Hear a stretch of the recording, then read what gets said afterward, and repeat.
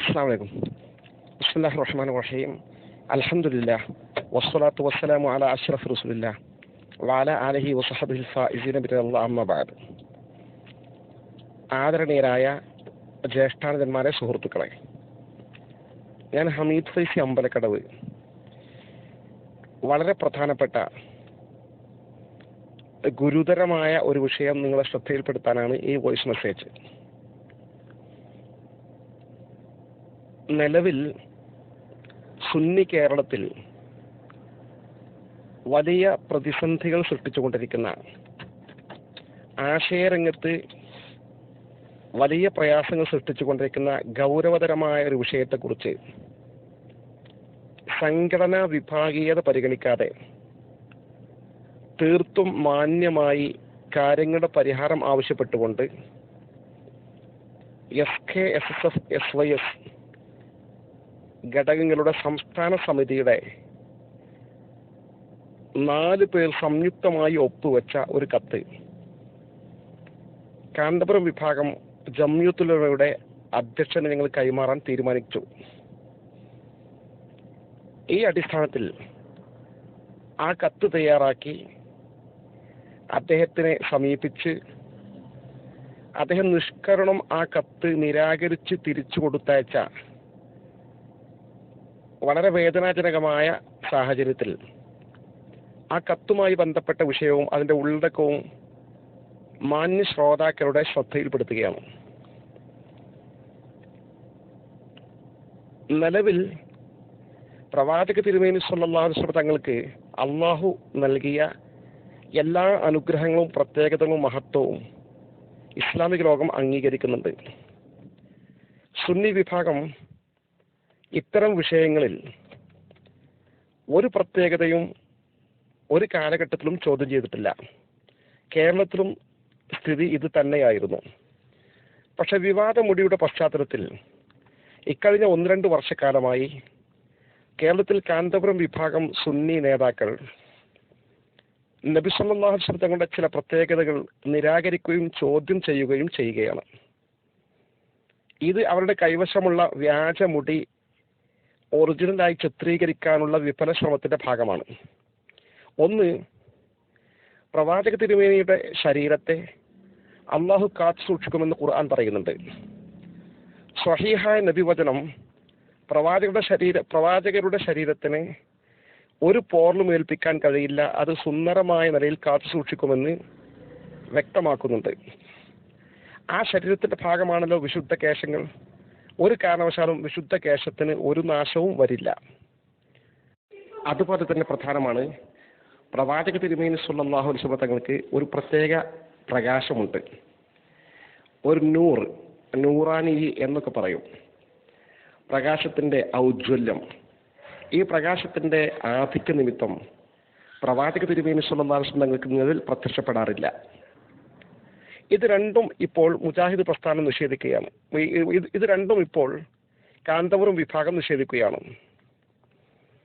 കാരണം ഇവരുടെ കൈവശമുള്ള മുടി ബോംബെയിലെ ജാലിയൻവാലയിൽ നിന്ന് വന്നതാണെന്ന് സ്ഥിരപ്പെട്ടപ്പോൾ ഈ വിനീതൻ തന്നെ ബോംബെയിൽ പോയി ജാലിയൻവാലയിൽ നിന്ന് തത്തുല്യമായ മുടികൾ കൊണ്ടുവന്ന് കേരളത്തിൽ കത്തിച്ച് പരിശോധിച്ചു. അത് കത്തിപ്പോയി. നിഴലുണ്ടോ എന്ന് പരിശോധിച്ചു. നിഴലുമുണ്ടെന്ന് സ്ഥിരീകരിച്ചു. നിഴലുണ്ടോ എന്ന് നോക്കുവാൻ ഒരു ദിവസത്തെ സമ്പൂർണ്ണ എക്സിബിഷൻ കോഴിക്കോട് സംഘടിപ്പിച്ചു. ജനങ്ങൾ നിഴലുണ്ടെന്ന് ഉറപ്പുവരുത്തി. ഇനി ബാക്കിയുള്ള മുടി കത്തിച്ച് കാണിച്ചു തരാൻ തയ്യാറാണെന്ന് വെല്ലുവിളിക്കുകയും ചെയ്തു. ഇതിനെ നേരിടാൻ അവർക്ക് നല്ല പ്രയാസം വന്നു. അതിനെ തുടർന്ന് കാന്തപുരം വിഭാഗത്തിലെ സജീവ പ്രവർത്തകനായ ജിഷാൻ മാഹി നേരിട്ട് ബോംബെയിൽ പോയി ജാലിയൻവാലയുമായി ബന്ധപ്പെട്ട് വീണ്ടും മുടികൾ സംഘടിപ്പിച്ചു. അദ്ദേഹം ഇതേ പരിശോധനകൾ ആവർത്തിച്ചു. നബി സല്ലല്ലാഹു അലൈഹി വസല്ലം ഫാത്തിഹ ഓതി ഒരു മുടി കത്തിപ്പോയി. നിഴലുണ്ടോ എന്ന് നോക്കി, നിഴലുണ്ടോ സ്ഥിരപ്പെട്ടു. അവരുടെ നേതാക്കളുമായി അദ്ദേഹം ബന്ധപ്പെട്ടു. കാന്തപുരം വിഭാഗത്തിൽ 2ഉം 3ഉം സ്ഥാനം അലങ്കരിക്കുന്ന പണ്ഡിതന്മാരെ ബന്ധപ്പെട്ടപ്പോൾ സത്യസന്ധമായി അത് നബിയുടെ മുടിയാണോ എങ്കിൽ നമുക്ക് പരിശോധിക്കണം, സംശയാസ്പദമായിട്ടുണ്ട് എന്ന് പറഞ്ഞ് പരിശോധനയ്ക്ക് വിധേയമാക്കുന്നതിന് പകരം അവരുടെ കൈവശമുള്ള മുടിയെ ന്യായീകരിക്കുന്നതിന്റെ ഭാഗമായി നേരെ പ്രവാചക തിരുമേനിയുടെ 2 പ്രത്യേകതകൾ നിഷേധിക്കുകയാണ് അവർ ചെയ്തത്. പ്രവാചക തിരുമേനിയുടെ മുടി കത്തിപ്പോകില്ല എന്ന് പറഞ്ഞത് അത് ഹയാത്ത് കാലത്ത് മാത്രമാണ്, ജീവിതകാലത്ത് മാത്രമാണ്. വഫാത്തിന് ശേഷം അത് ബാധകമല്ല. വഫാത്തിന് ശേഷം ഖുർആൻ ഒഴികെയുള്ള എല്ലാ മുഅ്ജിസത്തുകളും അവസാനിച്ചു പോയി എന്ന അത്ഭുതകരമായ വാദം അദ്ദേഹം പുറപ്പെടുവിക്കുകയുണ്ടായി. നിഴലിന്റെ കാര്യത്തിൽ നബി സ്വല്ലല്ലാഹു അലൈഹി വസല്ലം ജീവിതകാലത്ത് പോലും നിഴൽ എപ്പോഴും ഉണ്ടായിട്ടില്ല. ഉണ്ടായ സംഭവമുണ്ട്, ഇല്ലാത്ത സമയവുമുണ്ട്. അതൊരു സ്ഥിരമായ സംവിധാനമല്ല എന്ന് അവർ വ്യക്തമാക്കി. അങ്ങനെ ഒരു ഘട്ടത്തിൽ പറഞ്ഞു പോയെങ്കിലും പിൽക്കാലത്ത് തിരുത്തുമെന്ന് വിചാരിച്ചു. പക്ഷെ തിരുത്തിയില്ലെന്ന് മാത്രമല്ല, ഈ കഴിഞ്ഞ 2 വർഷക്കാലമായി പ്രസംഗങ്ങളിലും സംവാദങ്ങളിലും സോഷ്യൽ മീഡിയയിലും ഇത്തരം ചർച്ചകളും ഇതിനെ ന്യായീകരിക്കുന്ന ദുർബലമായ തെളിവുകളും അതിന് അനുസൃതമായി ഹദീസുകൾ വളച്ചൊടുക്കലും ഒക്കെ സാർവത്രികമായി നടന്നു വരികയാണ്. ഇതിൽ ഏറ്റവും വലിയ ഗൗരവം ഒന്ന് പ്രവാചക തിരുമേനി സ്വല്ലല്ലാഹു അലൈഹി വസല്ലം അവമതിക്കുന്നു എന്നതാണ്. ഇതിനു മുമ്പും ഈ വ്യാജമുടിക്ക് വേണ്ടി ഇവർ അവമതിച്ചിട്ടുണ്ട്. ഇവരുടെ കൈവശമുള്ള മുടിയുടെ കേന്ദ്രത്തിലെ മുടികൾ വളരെ നീളമുണ്ടെന്ന് കണ്ടപ്പോൾ, പ്രവാചക തിരുമേനിക്ക് ഇത്ര നീളമുള്ള മുടി ഇല്ലെന്ന് പറഞ്ഞപ്പോൾ, അല്ല പ്രവാചക തിരുമേനിക്ക് നീളമുള്ള മുടി ഉണ്ടായിരിക്കാം. 6 വർഷം പ്രവാചക തിരുമേനി മുടി നീക്കം ചെയ്യാതെ, മുടി വെട്ടാതെ വികൃതമായി ജീവിച്ചിരുന്നു എന്ന് പ്രവാചക തിരുമേനിയെ കുറിച്ച് ഒരു പച്ചയായി എഴുതി. യഥാർത്ഥത്തിൽ തങ്ങളെ അവമതിക്കുക എന്ന ഗൗരവതരമായ വിഷയം ഇതിൽ കിടക്കുന്നു. ഇന്നല്ലദീന യുഅ്ദൂന അല്ലാഹ വറസൂലഹു ലഅനഹുമുല്ലാഹു ഫിദ്ദുനിയ വൽ ആഖിറ വഅഅദ്ദ ലഹും അദാബൻ മുഹീന. അള്ളാഹും റസൂലിനും പ്രയാസമുണ്ടാക്കുന്ന ആളുകൾ ആരായിരുന്നാലും ശരി, അവരെ അള്ളാഹു ശപിച്ചിരിക്കുന്നു.